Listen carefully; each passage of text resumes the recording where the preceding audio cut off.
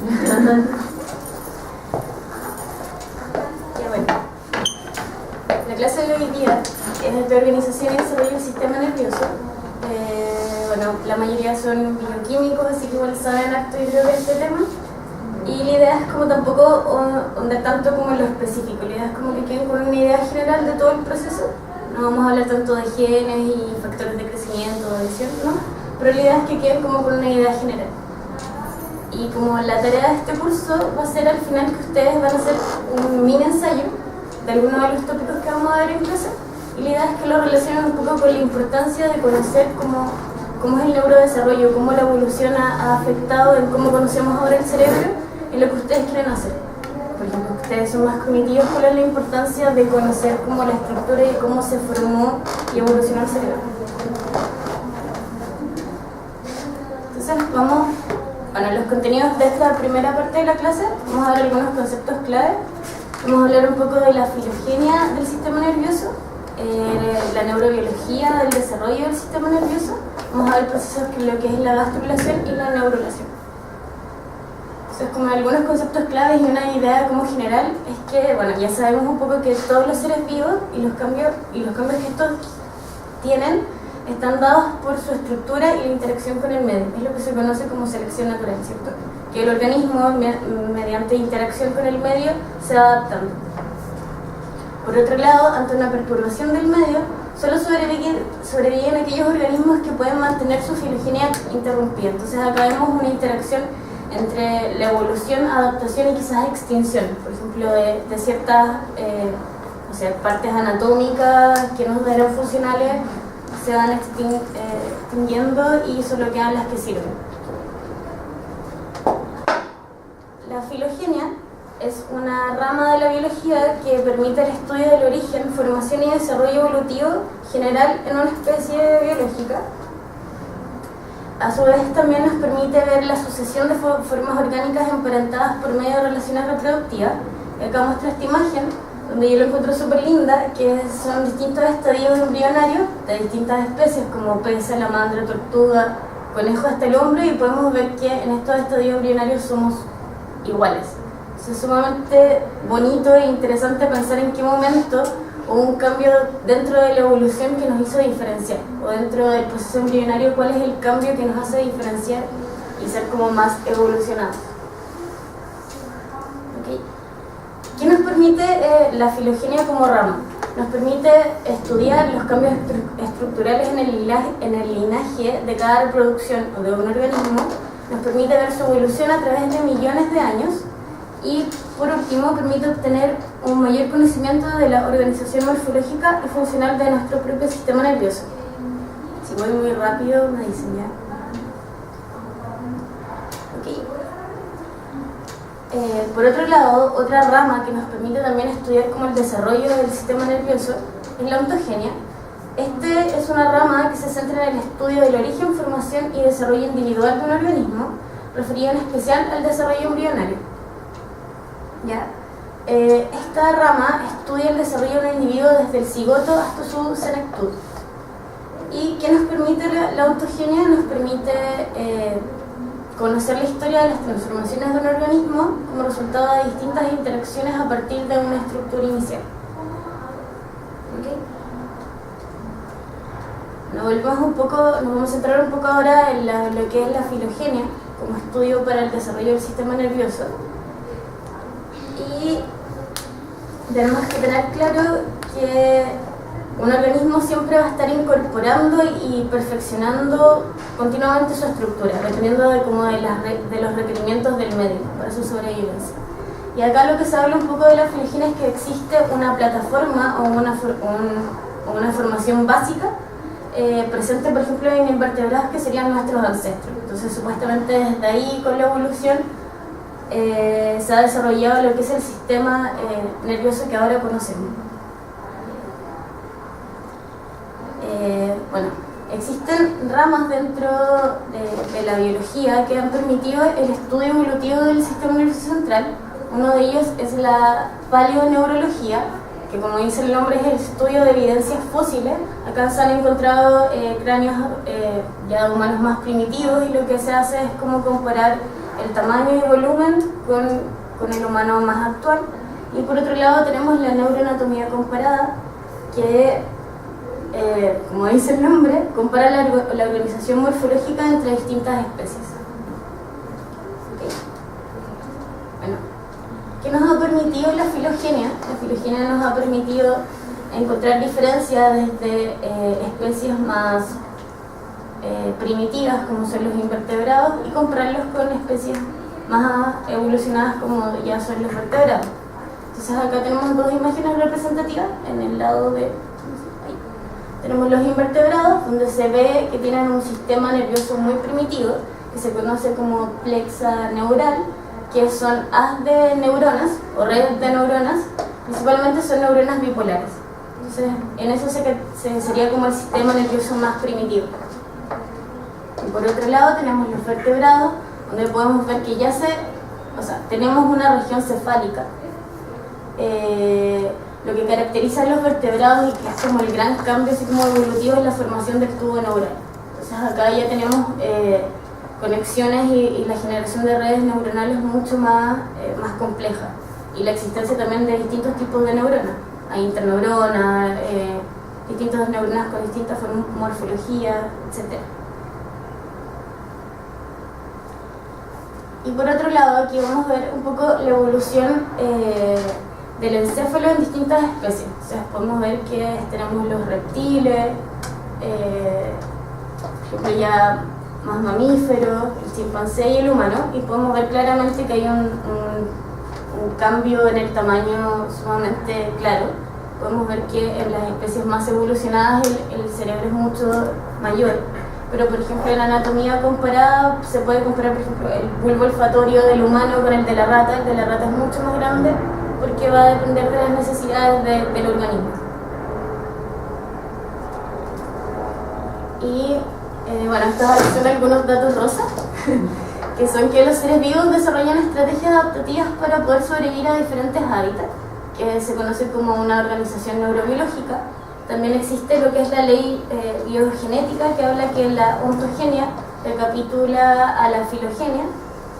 Y por último tenemos que cada animal es resultado de su propio proceso de desarrollo, y cualquier cambio en el adulto representa un cambio en su ontogenia.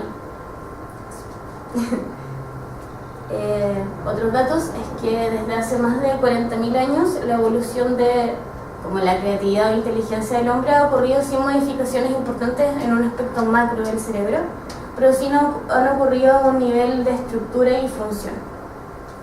Y otro dato es que el crecimiento del cerebro humano ocurrió hace unos 3,8 millones de años atrás. Oye, la ley que mencionaste, ¿puedes explicarnos un poco de esa ley? La ley biogenética. Bueno, yo creo que como la ontogenia recapitula la filogenia, y la ontogenia es lo que estudia como a un organismo en particular y estudia desde todo el periodo embrionario hasta su adultez. La filogenia es un poco como general, o sea, yo creo que hablamos como de un ancestro común y cómo es el desarrollo de este. Entonces yo creo que lo que hace referencia un poco es cómo la ontogenia de un organismo en particular representa un poco lo que es desde el ancestro común. Eso es lo que entiendo yo, no sé muy bien. Bueno, entonces ahora vamos a entrar un poco a la parte de neurobiología del desarrollo. Vamos a ver aspectos básicos de la generación y diferenciación neuronal y la formación de vías axónicas y generación de una gran cantidad de sinapsis. Bueno, una vez que terminemos como todo el periodo desde que se fecunda el óvulo hasta el tubo neural y cuando se comienza el desarrollo del sistema nervioso como tal. Bueno, la arquitectura encefálica adulta es dependiente de una instrucción genética. Por otro lado también es dependiente de señales intercelulares e intracelulares, y por otro lado también depende del ambiente. ¿Okay? Vamos a hablar un poco de los principios del desarrollo del sistema nervioso. es un proceso ontogénico continuo durante la vida de un individuo. Entonces vamos a partir hablando de la fecundación, a partir de un ovocito, que es una célula con 23 pares de cromosomas. Vamos a tener el cigoto, vamos a ver toda la fase de la formación del blastómero, mórula e implantación, y finalmente el blastocito, y todo lo que tiene que ver después con la formación del tubo neural, etc. Entonces acá, bueno, vemos el proceso de fecundación un poco. Primero partimos con una mitosis, donde tenemos finalmente que es el ovocito, el cual cuando es fecundado se forma o comienza el proceso de segmentación, donde se forman 2 blastómeros, y al final de la segmentación se forman 4 blastómeros. Posteriormente siguen las divisiones celulares, y cabe destacar que en esta fase de segmentación, las células que están acá son totipotenciales. ¿Okay? Todavía no comienza la diferenciación y especificación celular.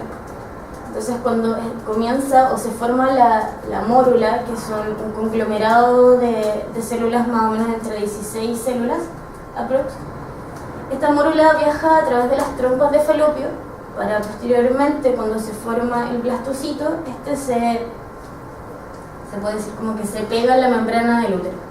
¿Okay?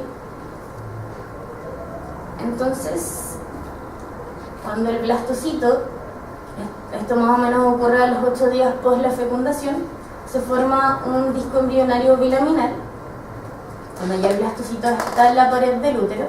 Entonces, en esta formación de disco embrionario bilaminar nosotros encontramos 2 capas, que sería el hipoblasto y el epiblasto.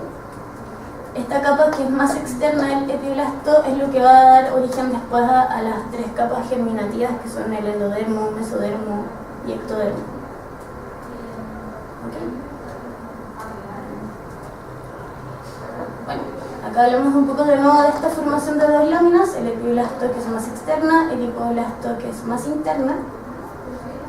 Y vemos de nuevo que aquí tenemos el blastocito, tenemos el hipoblasto,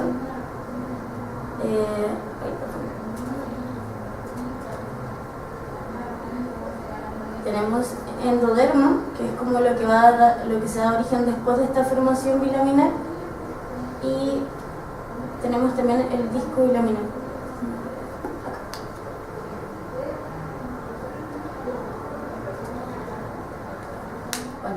En la gastrulación es cuando ya tenemos el blastocito ya implantado, comienza una invaginación, y es lo que se conoce como gastrulación, donde se forma esta región de acá. Esta invaginación forma lo que se conoce como el surco primitivo o línea primitiva, y a partir de esto nosotros vamos a encontrar 3 capas o 3 regiones, que son el ectodermo, mesodermo y endodermo.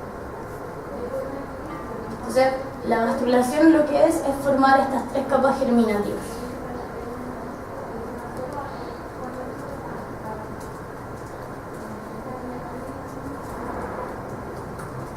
Okay.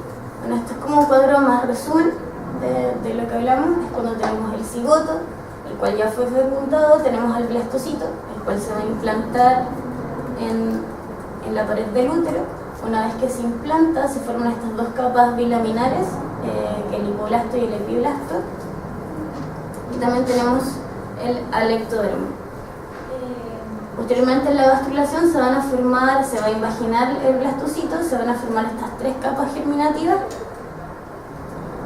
donde acá tenemos en verde tenemos el ectodermo, el cual está relacionado con la formación más de vísceras, como estómago, páncreas, hígado. Por otro lado tenemos al mesodermo, que en amarillo, que está relacionado con la generación de esqueleto muscular, tejido conectivo, aparato cardiovascular. Y por otro lado tenemos al ectodermo, endodermo, sí, que está relacionado con la generación de tejido nervioso, piel, como derivados del pelo, cabello, uñas. ¿Okay? ¿Alguna duda o algo?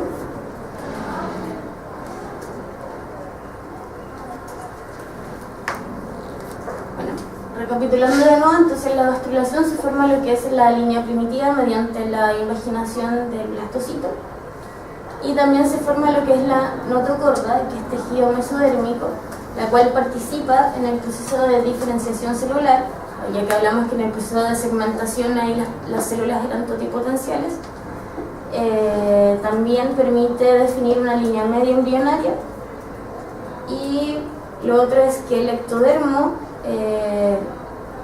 se encuentra ubicado en la región superior de la notocorda, la cual formará la totalidad del sistema nervioso. Ese es otro dato que hay que tener súper claro, que el sistema nervioso deriva del ectodermo.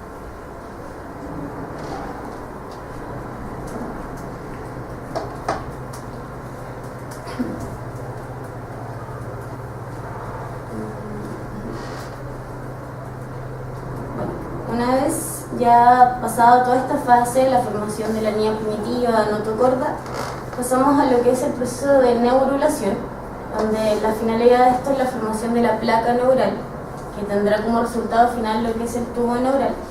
Esto comienza a PP el día 18 y 19 post-fecundación, entonces se forma lo que es la placa neural.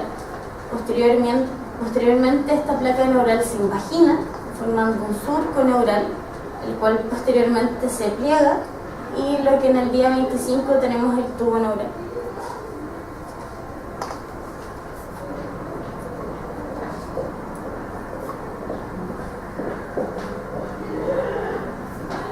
Acá vamos a ver un poco el esquema. Entonces en el día 18 nosotros tenemos la formación de lo que es la placa neural. Acá tenemos las distintas regiones, tenemos endodermo, mesodermo, tenemos a la notocorda y la placa neural. En el día 20 pp se empieza a formar un surco neural, acá se ve mucho más claro, donde tenemos el mesodermo, entonces tenemos la notocorda, la placa de piso, y se forma lo que es la cresta neural. Posteriormente, en el día 22, este surco se une, como vemos acá, y tenemos también estas células que son las somitas, que darán origen después a lo que es las vértebras, principalmente. Ya en el día 24, 25 pp tenemos ya el tubo neural formado como tal.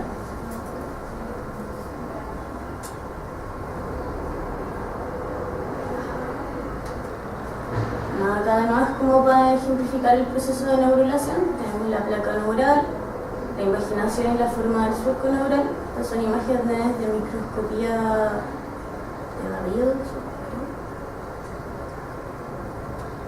Y bueno, el cierre del surco y la formación del tubo neural. O sea que tenemos la somita, la notocorda.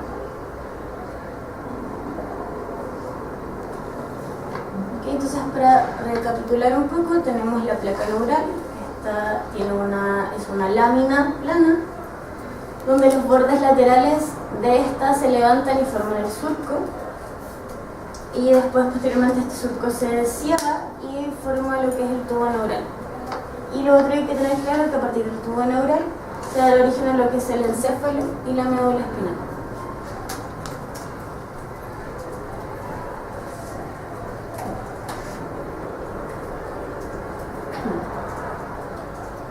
De nuevo lo mismo, el mismo proceso. Y bueno, lo otro que hay que tener claro es que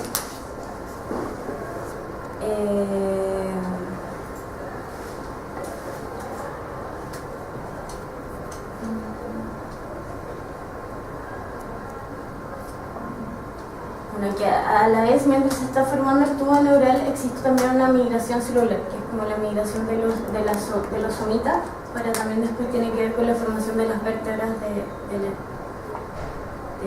embrión.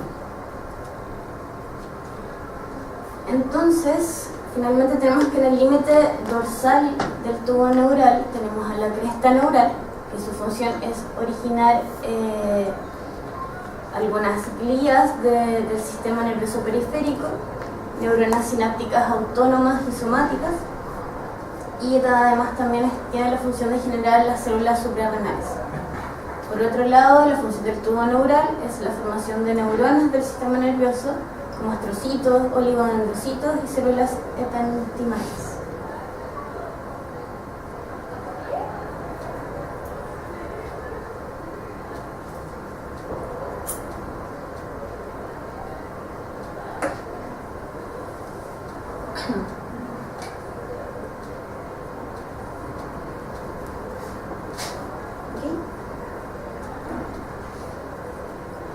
Bueno, entonces para una idea súper general es que la neurulación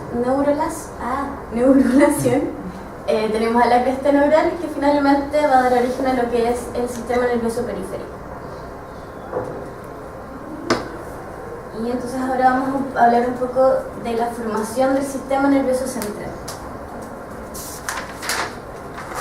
El contenido de esta parte vamos a ver la formación del encéfalo y médula espinal, histogénesis del sistema nervioso, neurogénesis, biogénesis, migración y organización.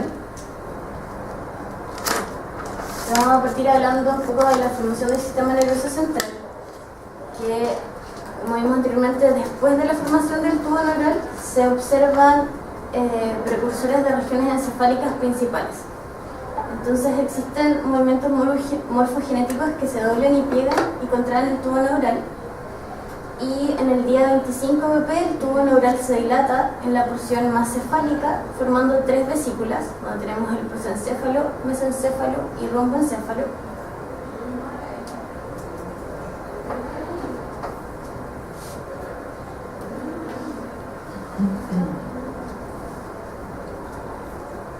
Acá vemos esto. Entonces tenemos, después de la formación del tubo neural, se amplía y forma estas 3 regiones: prosencéfalo, mesencéfalo y romboencéfalo. Esto es una forma muy general de lo que vamos a ir indagando después en cada una de las vesículas.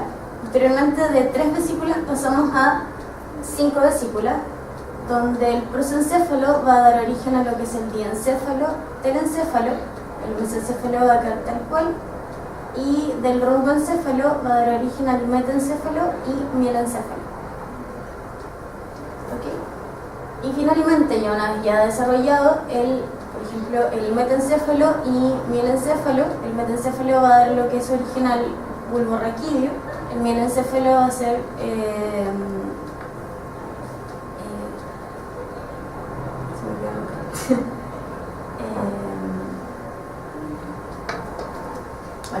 el diencéfalo va a dar origen a lo que es hipotálamo y tálamo. Metencéfalo y mielencéfalo va a estar vinculado al desarrollo del cerebelo y telencéfalo principalmente a corteza. Entonces ahora vamos a ir viendo un poco paso a paso. Tenemos estas 3 regiones, estas 3 vesículas que se forman, y posteriormente estas se van a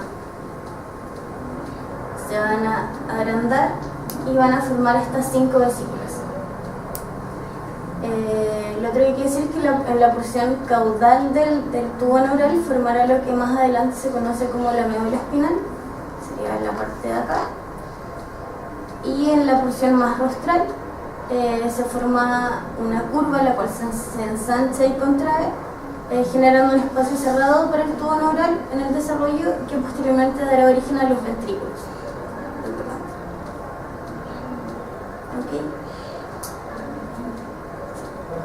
Entonces, para resumir, de las 3 vesículas que primero se forman, el prosencéfalo va a dar origen al telencéfalo y diencéfalo, el mesencéfalo va a continuar siendo mesencéfalo y romboencéfalo va a dar origen al metencéfalo y mielencéfalo. Bueno, acá de nuevo se ejemplifica la formación de las 3 vesículas.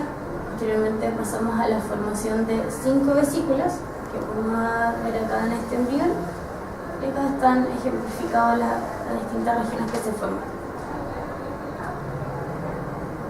Entonces acá vamos a partir hablando de la vesícula mielencefálica, la cual deriva del romboencéfalo, y finalmente esta va a dar origen a lo que es el bulbo raquídeo, y además también el conducto del ependimo y que se abre formando el cuarto ventrículo, y el piso de la vesícula va a dar origen al bulbo raquídeo. Por otro lado tenemos la vesícula metaencefálica, que también es una vesícula derivada del romboencéfalo. Desde la porción más cefálica del romboencéfalo, en el día 60 APP, esta región dará origen a lo que es el cerebelo. En el día 90 aparecerán los hemisferios cerebelosos, y la parte más dorsal dará origen a lo que es la protuberancia anular.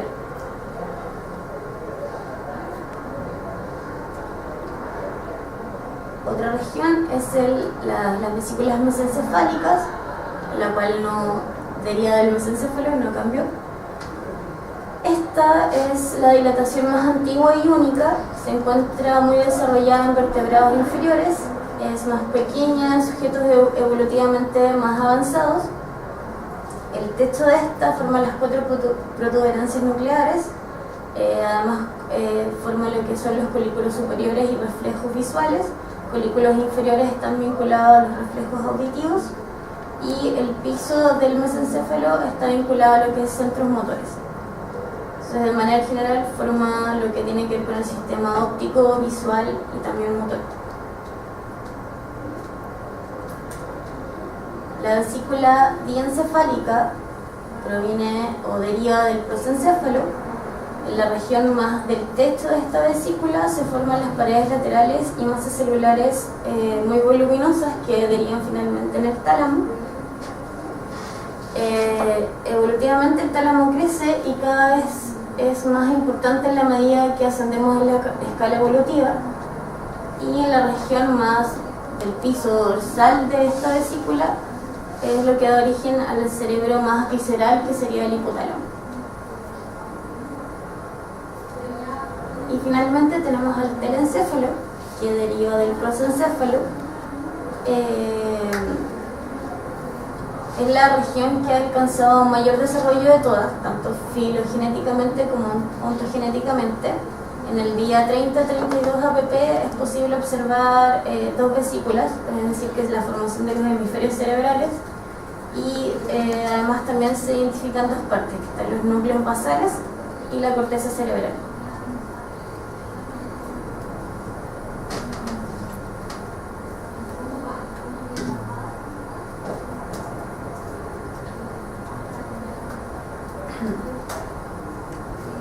Entonces, desde la vesícula telencefálica, como vimos anteriormente, que está vinculada a la formación de ganglios basales y también de la corteza cerebral, en el día 45 pp comienza la diferenciación telencefálica.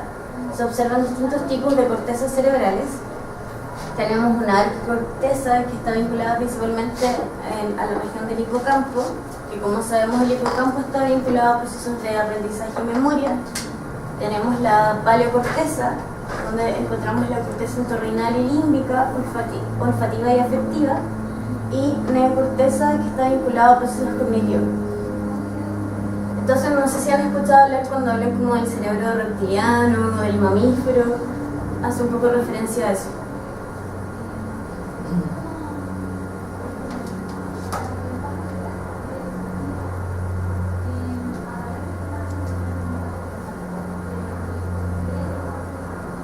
Pero esto sería lo nuevo, ¿no?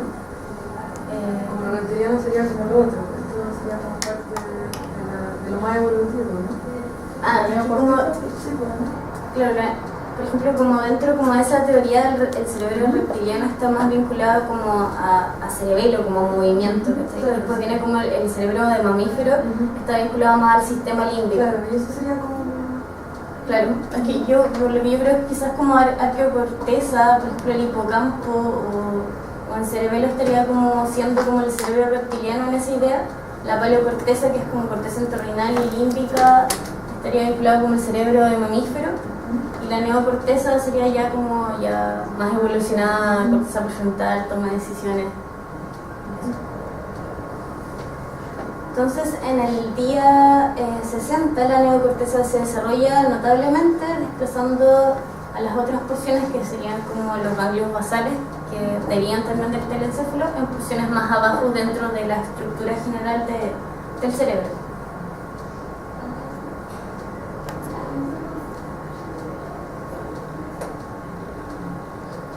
Acá de nuevo mostramos un poco cómo se forma, o a partir de la vesícula telencefálica, vemos cómo se forman los dos surcos que van a dar origen a los dos hemisferios.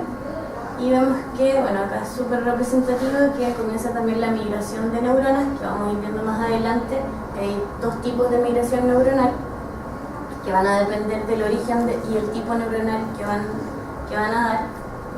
Y bueno, acá también vemos que se forman los ventrículos y los hemisferios cerebrales.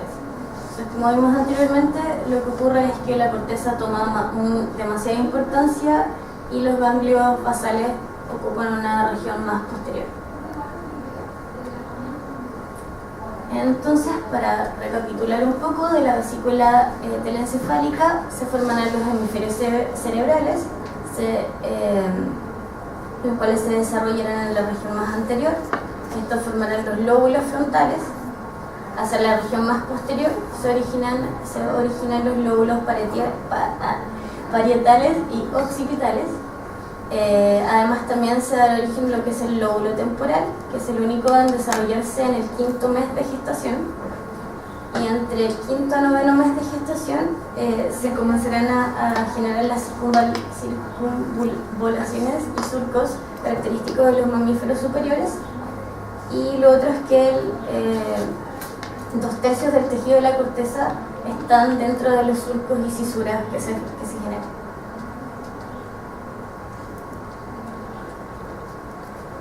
Bueno, lo mismo, finalmente, después de todo este periodo de desarrollo y la formación de las 5 vesículas, la generación de cortezas y finalmente tenemos el cerebro como lo conocemos, donde tenemos, así que de manera súper general y a nivel como anatómico, lo primero que vemos es lo que es la médula espinal, el cerebelo, que es súper grande, y tenemos todo lo que es el encéfalo, que principalmente a simple vista vemos las cortezas.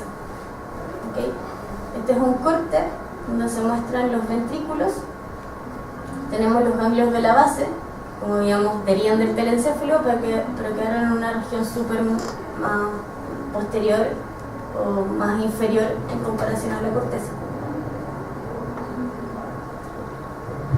Bueno, esto es un cuadro para resumir todo el proceso. ¿Ya? Creo que ya no vale la pena decirlo. Y ahora vamos a ver un poco de lo que es la histogénesis del sistema nervioso, lo que es la inducción y la generación de neuronas. Entonces, como vimos al principio, ¿cierto? Que se formaban estas 3 capas germinativas, ¿cuál era la que daba origen a lo que son las células nerviosas? Sí. Entonces, uno de los procesos es la neurogénesis, la cual comienza entre la 2ª a 4º mes de vida, mediante la proliferación celular o neurogénesis.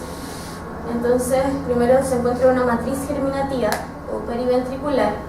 Esta se encuentra en los ventrículos laterales, y en el 3er ventrículo estas van a dar origen a lo que son las células del cerebro, y el 4º ventrículo va a dar origen a que son a las células del cerebro. Entonces acá mostramos un poco de la neurogénesis, la cual parte cuando formábamos el tubo neural. Hablamos un poco de migración de las somitas, también tenemos migración de células neuroepiteliales y bueno, como que la neurogénesis también comienza desde esta etapa. Tenemos la migración de las somitas y la migración de estas células neuroepiteliales.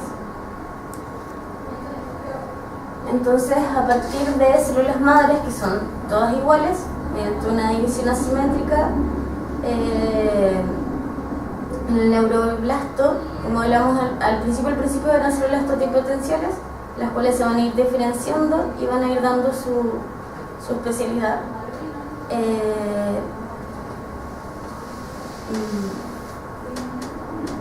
Bueno, las células de los núcleos de las dos células, los núcleos de las dos células del eje resultantes migran hacia arriba en el citoplasma de la membrana limitante externa. Era lo que veíamos en esta parte. O sea, existe una división celular y las células posteriores migran hasta la parte más externa. En este punto tienen dos opciones, de regresar al ciclo mitótico o dejar para siempre este ciclo mitótico y terminar ocupando posiciones por debajo de la membrana limitante externa al neuroblasto, y los neuroblastos comienzan a producir procesos celulares que terminan por convertirse en axones o dendritas. Entonces el proceso de neurogénesis comienza desde ahí, desde que teníamos la formación del tubo neural.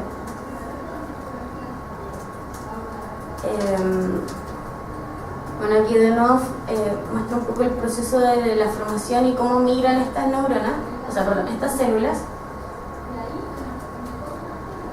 Y bueno, de nuevo, existen agentes que son precursores para esta división celular, donde cuando se forma el neuroblasto comienzan divisiones mitóticas y posteriormente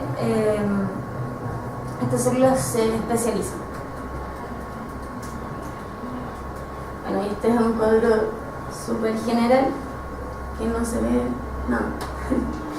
Entonces, a partir desde el neuroepitelio, tenemos una célula madre que es pluripotencial o totipotencial, la cual se va a diferenciar en una célula progenitora bipotencial, la cual puede dar origen a dos células.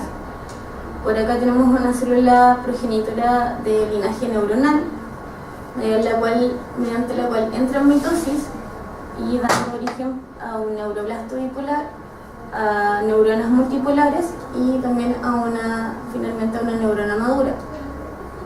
Por otro lado, tenemos una célula progenitora del linaje glial, la cual puede dar origen a una célula progenitora que finalmente dará origen a un astrocito de tipo 2 y otra célula que mediante una división celular y maduración dará origen a un astrocito. Y por otra parte tenemos una célula progenitora radial que dará origen a células ependimarias y también puede dar origen a astrocitos. Es una pregunta. La célula madre pluripotencial también tiene división asimétrica. La segunda que me dijeron. Sí. ¿Y queda una dentro de la zona circular o algo así? Sí, era como lo que se hablaba, como que ahí la célula como que puede decidir o que entra en más mitosis y se sigue diferenciando y especificando, o se queda ahí y se queda ahí. Y probablemente por apoptosis en algún momento va a empezar a desaparecer.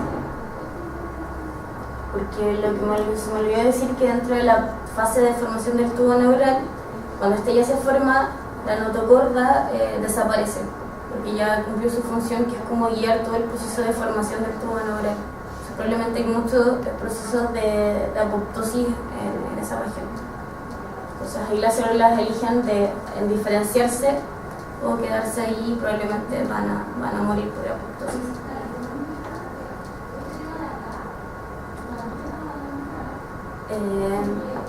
Bueno, acá muestra un poco también la diferenciación celular y se muestran distintos agentes o factores que participan en decir vamos, divídanse y que se especifiquen o no y te quedas ahí. Entonces no sé si quieren indagar un poco en los nombres de esto, como que no sé, quizás tienen que quedar con la idea de que existen distintos factores que regulan este proceso. Son factores que pueden ser positivos o negativos y que participan en la diferenciación y especificación de los distintos tipos neuronales. Entonces, como para hacer un resumen de la neurogénesis, de las células generadas en las regiones proliferativas, por ejemplo, estas dejan de dividirse, forman en lo que es el neuroblasto posmitótico, los cuales abandonan su sitio de origen y se conoce como la migración neuronal. O sea, dentro de la migración neuronal hay dos tipos de migración neuronal. Vamos a partir hablando de lo que es la migración radial de neuronas. que van a dar origen a lo que son las neuronas de corteza. Esto ocurre entre el tercer y quinto mes de la migración de las neuronas. Este proceso es guiado por células gliales y señales químicas, moléculas de adhesión celular y factores de crecimiento neuronal. Entonces vamos viendo cómo este proceso participa en la generación de las distintas capas de la corteza. Acá vemos distintos factores que participan en el movimiento de estas células a través de las distintas capas de la corteza, y estas son moléculas de adhesión, moléculas que son factores de crecimiento, y todo este proceso es guiado por las células gliales. ¿Y esas moléculas son liberadas por la guía o son liberadas por la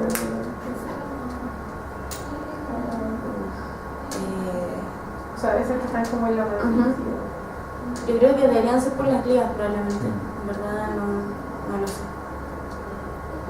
Una pregunta.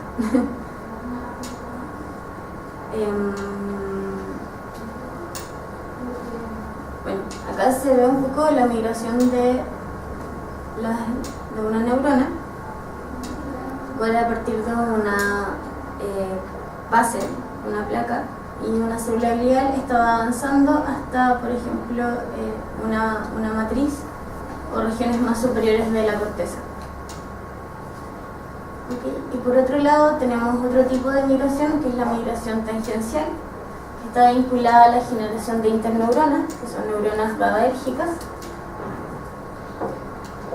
Esto ocurre, o las interneuronas derivan de lo que se conoce como eminencia ganglional. Dentro de la eminencia ganglional hay distintas porciones o regiones, donde por ejemplo las interneuronas de la eminencia ganglional más lateral dan origen a las interneuronas que van a migrar hacia neocorteza. Tenemos la eminencia ganglional medial, que va a dar origen a interneuronas que migran hacia el estriado. Igualmente que las otras neuronas, o sea, que el otro tipo de migración, también acá existen factores de crecimiento y adhesión celular que permiten su migración. Pero hay que tener sumamente claro que tanto las neuronas corticales o piramidales que conocemos como interneuronas migran de distintas regiones y migran de manera distinta.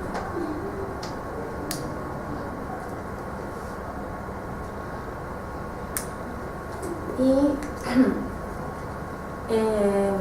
algunos datos es que se han descrito algunos eventos moleculares adyacentes al patrón temporoespacial del desarrollo del sistema nervioso central, que está mediado por genes.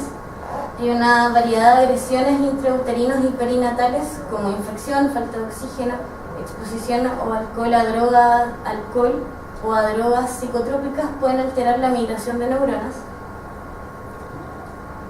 Y finalmente vamos a hablar un poco de la organización celular. Después de la migración neuronal, toma prioridad lo que es la organización y arborización dendrítica. Vienen procesos como lo es la axogénesis y sinaptogénesis, en la cual las neuronas van estableciendo circuitos neuronales de mayor complejidad. Entonces, bueno, estas son súper representativas, pero como deben ser, la sinaptogénesis habla de un aumento en el número de sinapsis, de conexiones entre neuronas. La axogénesis habla de la formación de axones y por ende va a aumentar el número de conexiones entre las neuronas.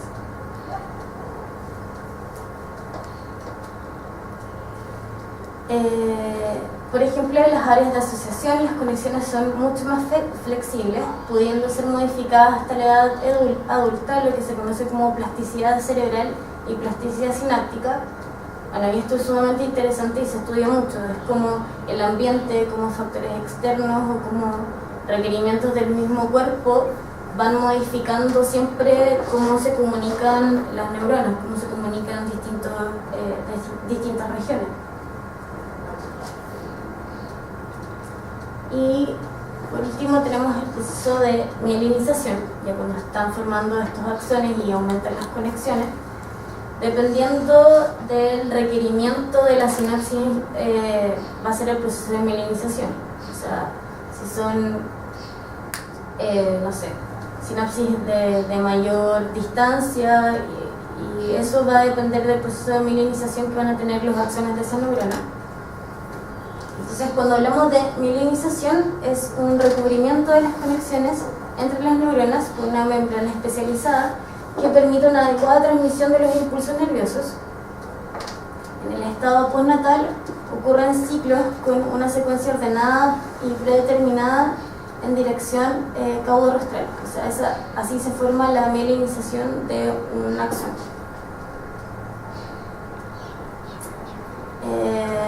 Lo otro es que al finalizar el segundo trimestre de gestación se han mielinizado las raíces de la médula espinal e iniciado el tronco encéfalo. Cabe señalar que principalmente la mielinización o la mayor parte de la mielinización está dada en esta región, o sea, en las raíces más de la médula espinal. En el cerebro la mielinización está, pero no es tanto, ya que las conexiones a veces son mucho más cercanas. Pero igual hay procesos de mielinización, obviamente. El haz córtico-espinal termina su mielinización a los 2 años y el cuerpo calloso lo hace en la adolescencia. Y la vía de asociación entre la corteza prefrontal ipsilateral y los glóbulos temporales y parietal lo hace alrededor de los 30 años. O sea, están constantemente en desarrollo. Y todo este proceso se vincula a lo que es la poda sináptica, que es aproximadamente hasta los 20 años, donde uno nace con millones de conexiones, pero dependiendo de cómo tú trabajas o cómo tú te vas adaptando, tu cerebro se va especificando para eso. Pero siempre lo que se habla es que tu cerebro es súper lábil durante ese periodo de poda sináptica. O sea, si tú en tu adolescencia consumes drogas, alcohol, tu cerebro se está formando o se está como adaptando con eso de base. O sea, por eso se habla mucho de los procesos de adicción o enfermedades neuropsiquiátricas, dependen de cómo fue tu poda sináptica, y más o menos termina a los 20 años. Y eso, creo que fui demasiado rápido.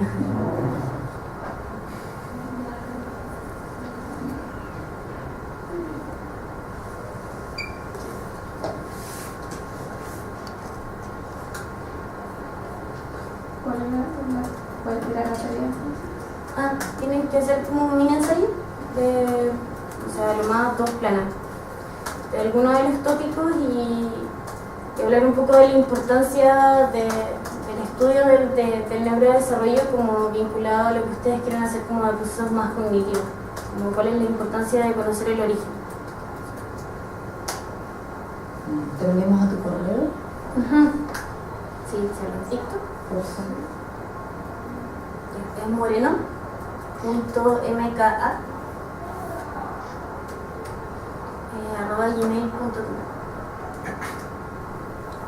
Moreno.cuánto? MKA.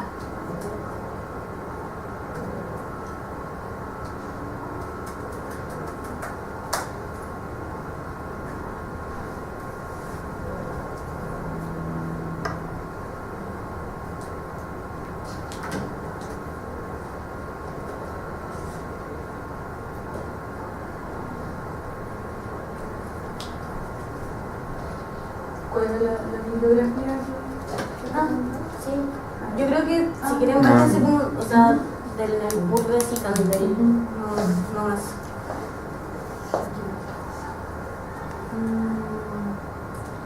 Creo que la hice demasiado corta.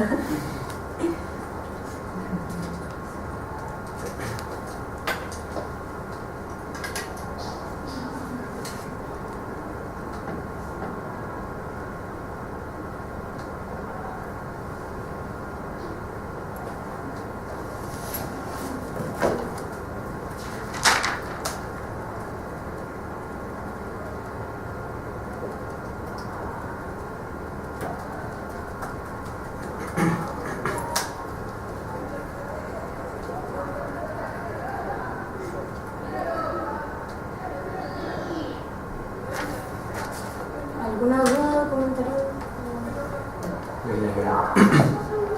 ¿Qué se sabe sobre filogenéticamente hablando sobre evolución de ciertos procesos cognitivos? Como por por ejemplo, atención, memoria, como en qué momentos podrían haber aparecido ese tipo de procesos. Como en qué animal ya está presente. Sinceramente, específicamente no lo sé, pero yo creo que ya en animales vertebrados que tienen una corteza, aunque sea muy primitiva, yo creo que tienen procesos de atención. O sea, hay estudios de atención en la abeja. Claro, ¿cachai? Hay estudios ya así como con procesos más o menos cognitivos en mosca, entonces ya tienes yo creo que ya el hecho de tener una corteza, aunque sea muy primitiva, quizás ya te permita tener ciertos procesos cognitivos un poco más superiores o muy similares a los que nosotros conocemos.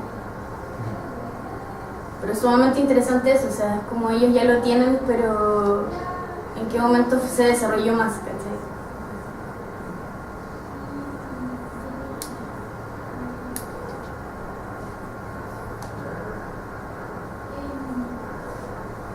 Mi otra pregunta era, ¿de dónde se formaba la notocorda? Era cuando está...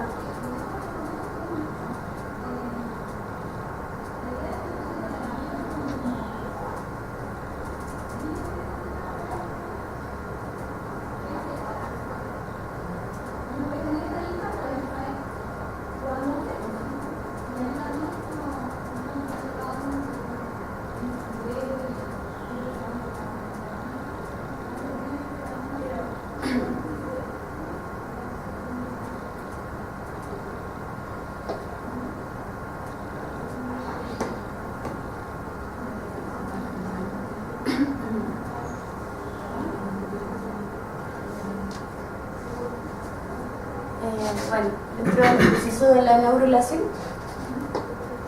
cuando se empieza a formar como el surco de la placa neural dentro de la región del mesodermo, se comienza la formación de la notocorda. Y la función de esta es como guiar todo el proceso, es hacer como una especie de, no sé, como de columna, como para poder diferenciar entre lados y que se forme el surco.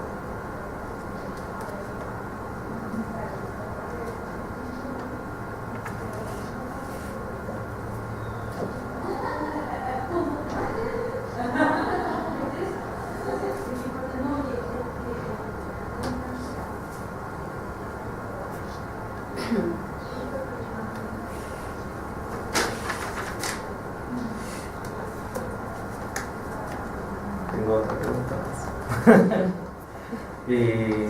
¿Podrías explicar de nuevo la primera parte de la neurogénesis?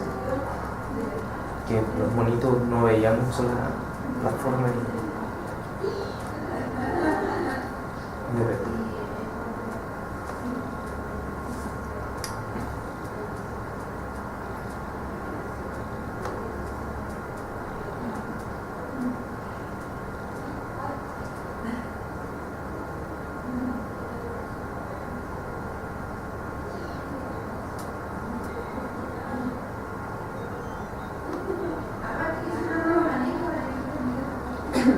Bueno, acá quizás por eso quise separar un poco, pero acá hablo un poco de la neurogénesis ya cuando están como todo el cerebro ya formado. O sea, hay neurogénesis que comienza desde los ventrículos laterales, tercer ventrículo y del cuarto ventrículo. ¿Ok? Por eso ya cuando el cerebro ya está como ya formado. Y lo otro que habla acá, que quizás por ahí se perdieron un poco, es que también existe neurogénesis, que es como ya especialización de estas neuronas que en un principio eran totipotenciales, y esto comienza desde que se forma el tubo neural. Entonces comienza una división y migración de células desde el tubo neural, las cuales se van diferenciando y dependiendo si entran en estados de meiosis, era lo que veíamos acá, pueden dar origen a distintos tipos de células. ¿Cachai? Entonces después, cuando ya se forma el cerebro, existen distintas regiones, como lo veíamos en la eminencia ganglional, que va a dar origen a interneuronas, etc.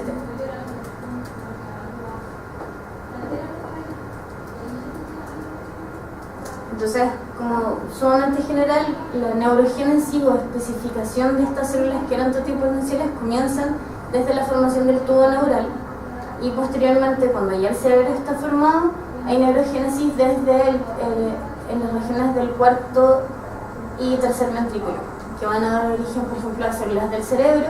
Entonces, dentro de los ventrículos laterales y tercer ventrículo tendríamos también la eminencia ganglional, y el cuarto ventrículo está vinculado a la generación de células más del cerebro.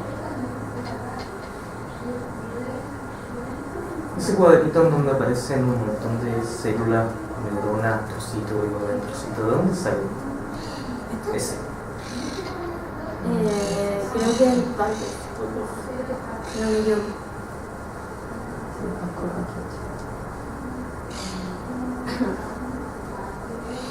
Está hermoso. Claro, la espalda.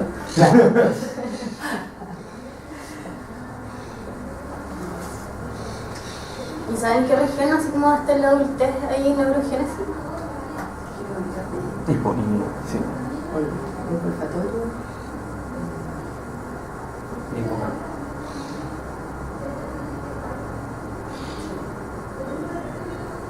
Oye, de la evolución, no sé si es como una pregunta, como anatómicamente, ¿en qué punto se queda como en los mamíferos, como el punto de inflexión, como de que haya como una diferencia, o no hay como ninguna diferencia sustancial anatómica entre, por ejemplo, no sé, pues chimpancé y los sapiens? Yo creo que son las capas de la corteza principalmente. Yo creo que es como la gran diferencia. Como la neocorteza, Claro. Porque yo creo que es la gran diferencia y lo demás son sumamente similares.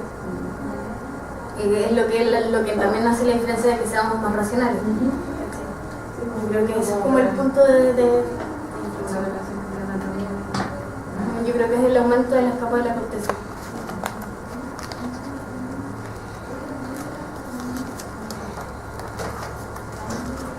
Se me van a odiar por haber hecho tan corto para no hacerlo. Por mí está bien. Vale. Pero podrían esperar un rato para que venga mi profe. ¿Para darle la lección? Creo que vendría como la 11:30.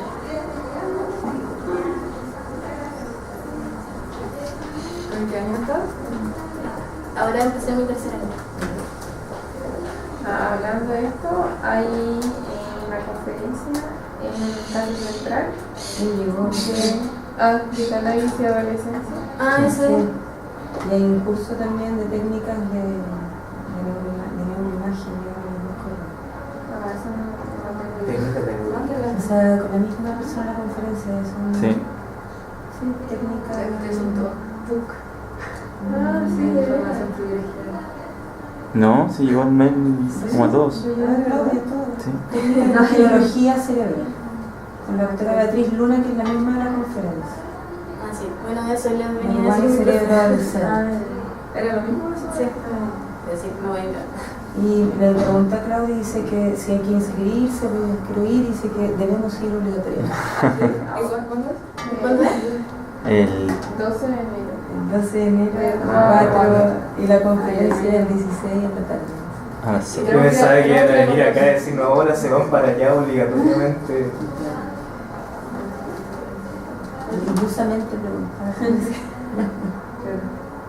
Ya está inscrito. Debe ser. 12 de enero. Sí, el 12. No, pero no sale como inscribirse también. Bueno, Yo le pregunté, pues y eso me dijo. Ese es a las 6. Entonces vamos, ¿no? Hay que ir, Hay que ¿cachai? llegar, ¿no? Entiendo que este curso es parte de la formación del curso de nivelaciones y que deberías ir de todas formas. Pero yo quiero participar como inscribo y respondo eso. Vamos, y tampoco sale ese.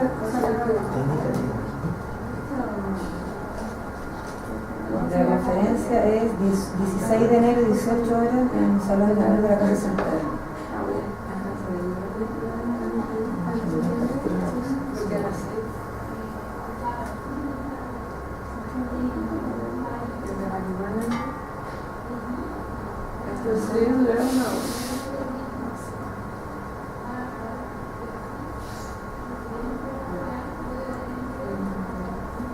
Aquí en Casa Central. Así que cerca.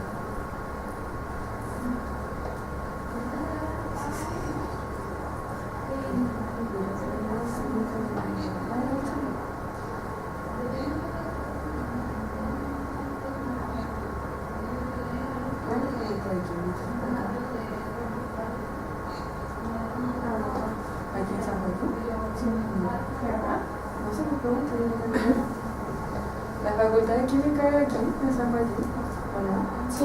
¿Sí? Bien. ¿Es para el curso? Sí, El ¿verdad? curso entonces aquí y la Claro, yo referencia creo- en Casa Central, ¿no? ¿Cómo tienen un curso en la Facultad de Química? Eso es, o sea, aquí se ha organizado el profesor José Matar para la facultad de química, pero no para mucho. Ah, ya, esperemos lo mejor.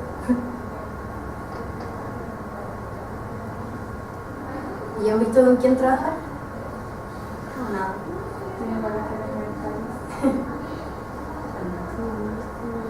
¿Con quién trabajas? Con José Ah, Fernández. ¿y él en qué? Si quieres nos puedes contar mientras. Ah, ya, es como el laboratorio de neuroquímica. ¿Ya? El profe trabaja principalmente en procesos de adicción y ahora nos estamos metiendo un poco en impulsividad, que también está vinculada a adicción. Trabaja, bueno, desde conducta a semiclodiálisis, no sé si cachas un poco eso. Bueno, también tenemos una parte de electrofisiología y principalmente es eso, es como ver cómo las drogas modulan y cambian principalmente la sinapsis dopaminérgica en estriado. ¿Con cocaína o algo así? Trabajamos con anfetamina. Ah, ya. Bueno, y hay otras drogas también, pero principalmente el foco de anfetamina. Ya. Y lo que yo ahora estoy viendo en mi tesis es ver las conductas impulsivas como endógenas de las ratas ¿Ya? mediante un protocolo que se llama Delay Discounting. Entonces ocupamos cajas de esquina y bueno, como que la base del protocolo es que, por ejemplo, tú le enseñas a la rata, bueno, esta tiene 2 palancas y estas palancas le entregan comida. Entonces una de las palancas le va a dar, por ejemplo, 3 pellets y la otra palanca le va a dar 1 pellet. Pero el truco está que la palanca que le da más comida tiene un delay en la entrega. ¿Cachai? Y este delay va en aumento durante la prueba. Entonces como que la rata en un momento va a cachar, o sea, o me quedo esperando, pero voy a tener más comida, o aprieto el tiro y me van a dar comida. Entonces ahí tú me das como el nivel de impulsividad. ¿Cachai? Bueno, y esto todo ya de la mano que las tenés que tener con restricción de alimento para que esté motivado para hacer la prueba y todo. Entonces eso es como la parte más conductual. Y lo que yo quiero ver un poco es asociar cómo el sistema oxitocinérgico, o sea, la oxitocina, podría estar modulando este tipo de conductas. ¿Cachai? Porque igual se sabe que oxitocina, por ejemplo, en procesos como de adicción, se ha visto que disminuye, ¿cachai? Y a lo mejor podría funcionar como más ansiolítico, no sé, ahí estamos viendo. Y como no hay nada, estamos como trabajando como sin aplicarle muchos fármacos, como ver los niveles endógenos de impulsividad de los animales y trabajar más con correlaciones.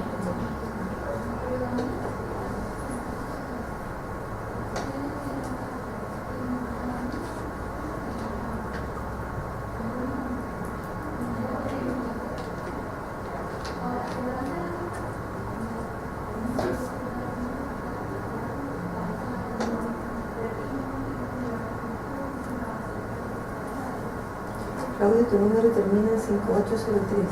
¿Ese eres tú?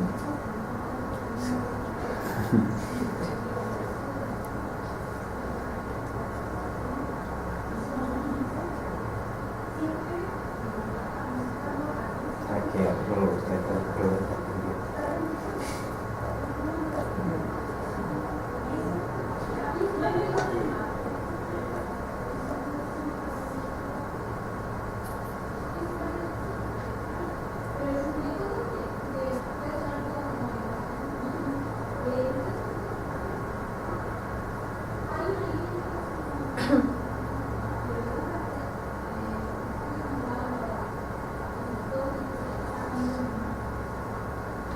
Ay, pueden mandarme el ensayo, no sé si les están dando días para mandar las tareas.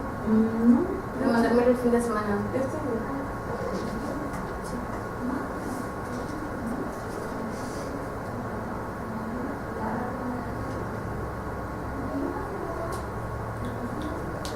¿Tiene que ver con algún formato especial o algo?